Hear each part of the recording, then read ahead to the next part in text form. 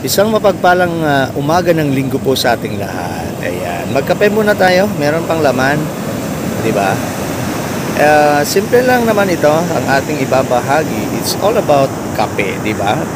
Ano bang ingredients ng kape? 'Di ba meron yang sweet, sugar, 'yan. Meron din 'yan kape which is mapait, and to balance the taste, meron din yang creamer. Okay? Ganyan din ang ating buhay. Yung sweet, sugar, yan yung sumisimbolo sa mga magagandang nangyayari, mga blessings natin araw-araw.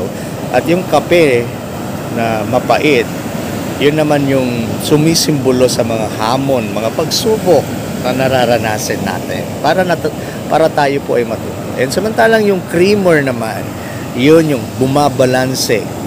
Okay? So yun po yung mga mahal natin sa buhay. Yun yung mga friends natin.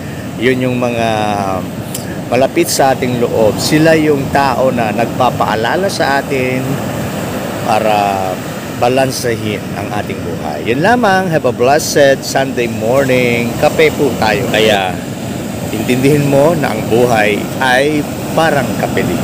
May matamis, may kape, may mapait, at may balancer o yung creamer.